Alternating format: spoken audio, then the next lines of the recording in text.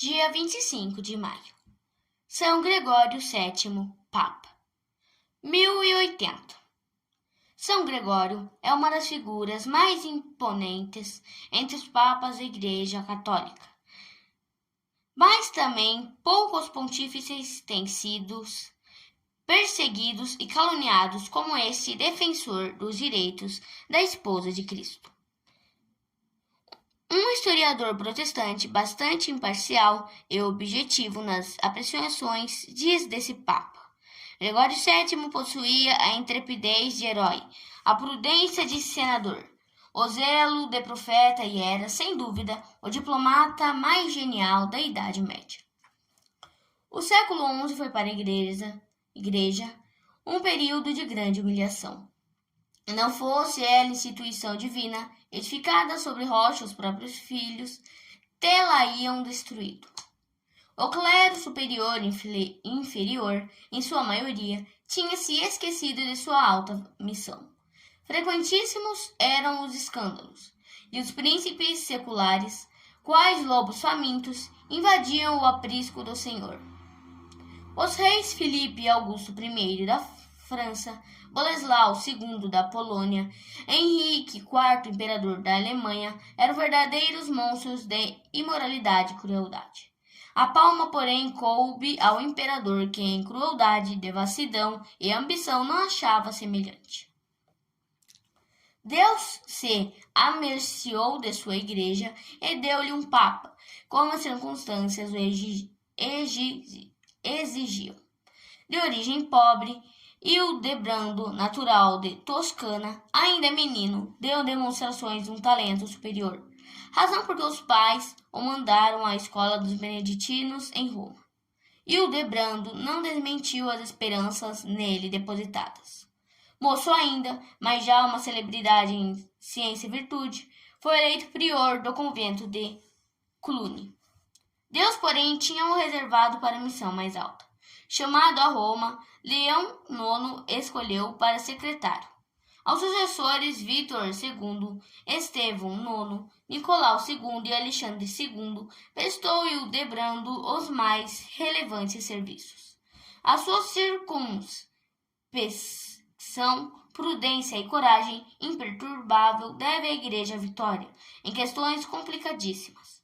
O arcebispo francês teve ocasião de verificar isso num sínodo celebrado em Reims. Acusado de simonia, justificou-se por meio de testemunhas assalariadas. Hildebrando levantou-se imediatamente e, com uma franqueza verdadeiramente apostólica, perguntou ao prelado: "Crês que o Espírito Santo é da mesma essência do Pai e do Filho?" "Creio", respondeu o interpelado. "Diz então", continuou Hildebrando, "glória ao Padre e ao Filho e ao Espírito Santo." O arcebispo pôde apenas proferir: "Glória ao Padre e ao Filho." Não havendo possibilidade de pronunciar o resto, este castigo visível tocou-lhe o coração, fazendo-o confessar o crime. Grande foi a repercussão que teve esse juízo de Deus.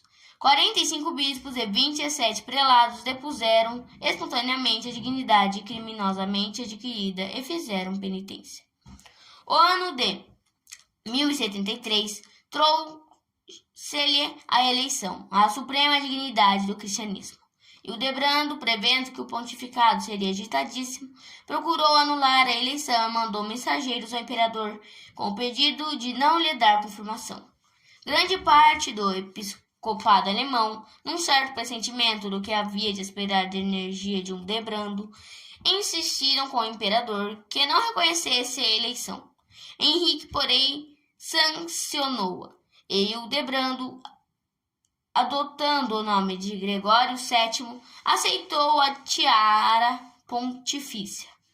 Ao receber esta notícia, São Pedro Damião, contentíssimo, exclamou: "Agora será calçada a cabeça miliforme da serpente peçonhenta, e será posto termo ao negócio torpe. O falsário Simeão Mago não mais cunhará moedas na igreja. Voltará ao tempo áureo dos apóstolos, revigorará a disciplina eclesiástica, serão derrubadas as mesas dos vendilhões." Gregório convocou o Concílio Lateranense e renovou as antigas leis da Igreja que existiam sobre o celibato dos sacerdotes, contra a simonia, e fez incorrer nas censuras eclesiásticas os bispos da França, que tinham rejeitado os decretos pontíficos com impraticáveis e irrazoáveis.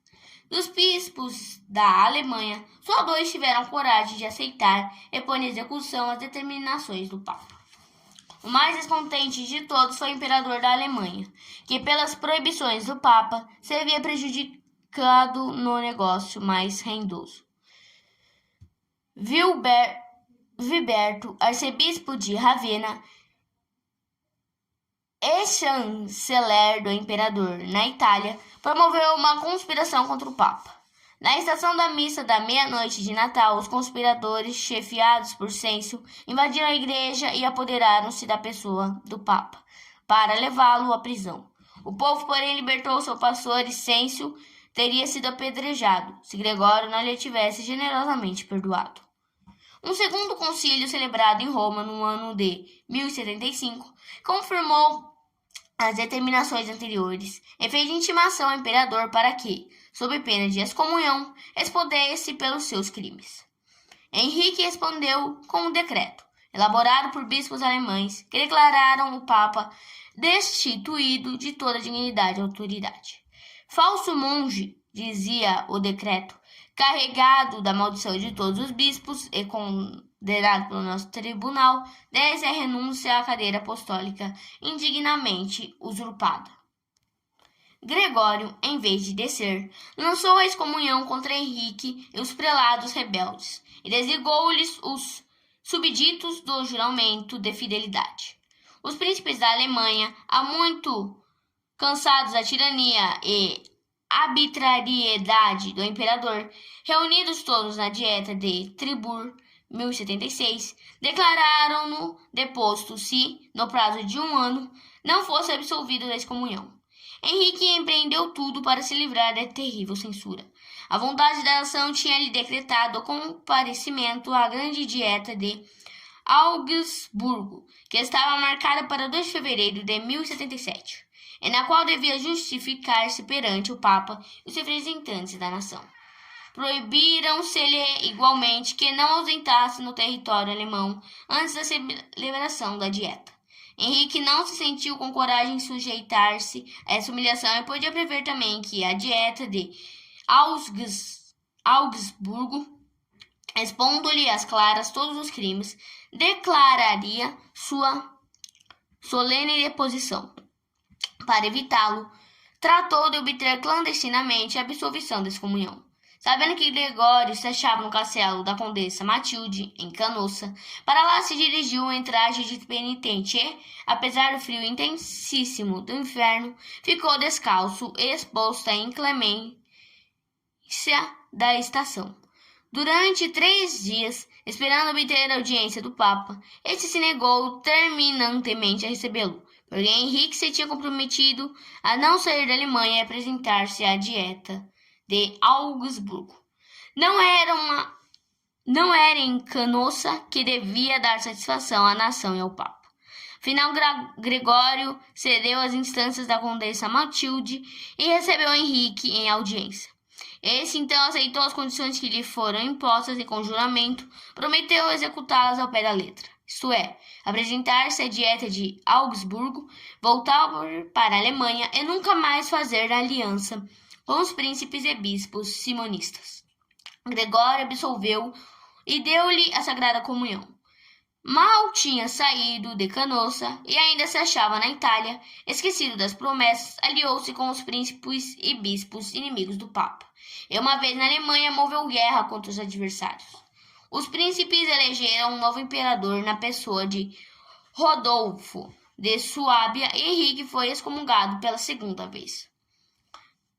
Este reuniu um concílio de bispos rebeldes em Mogúncia, 1080, os quais elegeram Papa o bispo Vilberto de Ravenna, que tomou o nome de Clemente III. Rodolfo de Suábia pereceu na Batalha de Volksheim e Henrique marchou sobre Roma para tirar vingança do Papa. Só depois, no assédio de 2 anos, tomou a cidade onde recebeu a coroa imperial das mãos do antipapa. Gregório retirou-se para Salerno, onde morreu em 25 de maio de 1085. As últimas palavras que proferiu foram: amei a justiça e odiei a iniquidade. Eis porque morro no exílio. Henrique não foi feliz com as conquistas. Graves distúrbios chamaram-no para a Alemanha, onde achou os filhos em franca rebelião contra o pai. Perseguido e amaldiçoado pelos filhos, Henrique teve um fim triste, ao passo que Deus glorificou por estupendos milagres o túmulo do seu fiel servo Gregório. Reflexões. O pontificado de Gregório VII é um dos mais agitados que a história eclesiástica conhece. Se a Igreja fosse instituição humana, teria achado seu termo numa época em que a indisciplina e a corrupção dos costumes tinham invadido todas as camadas da sociedade cristã, inclusive o clero superior e inferior. A Igreja não só saiu vitoriosa dessas lutas, como também de outras, como as perseguições abertas e disfarçadas de todos os séculos, até os nossos dias. Surgiram e desapareceram impérios, mas a Igreja ficou imutável e firme, ficará até o fim dos séculos. Quando é a instituição humana, qual o primeiro império, a república, de que se possa afirmar a mesma coisa? Se o mundo inteiro se levantar contra a Igreja Católica, essa poderá sofrer, mas sempre terá em seu favor, como garantia absoluta e certíssima, a palavra profética do fundador. Tu és Pedro, e sobre esta pedra edificarei a minha igreja, e as portas do inferno não prevalecerão contra ela. Onde está o Papa, aí está Pedro. E onde está Pedro, aí está a Igreja de Cristo. O Papa, como legítimo sucessor de Pedro, é o representante de Jesus Cristo na terra, o depositário do supremo poder da Igreja. A Igreja, como reino de Jesus, não é desse mundo. A este reino pertencem todos que acreditam na doutrina de Cristo e fazem uso dos meios de santificação. O poder supremo Cristo entregou a Pedro, dizendo: apacenta os meus cordeiros, apacenta as minhas ovelhas. Isto é, a ti confio o meu rebanho, para que o leves a boas pastagens e dele trates com todo zelo. O Papa é o supremo pastor, que zela pela união do rebanho e trata do bem-estar espiritual das ovelhas. Essa ascensão de nosso Senhor não hão faltado à Igreja bons pastores, que com autoridade suprema e poder apostólico têm defendido o rebanho contra os mercenários e os lobos, expulsando os endilhões que, com os abusos, profanam a Igreja de Cristo. Dai graças a Deus que vos chamou a sua santa grei. Tende muito respeito à pessoa e à autoridade do Papa, e rezai por ele e seus conselheiros, para que governe a Igreja com sabedoria e fortaleza.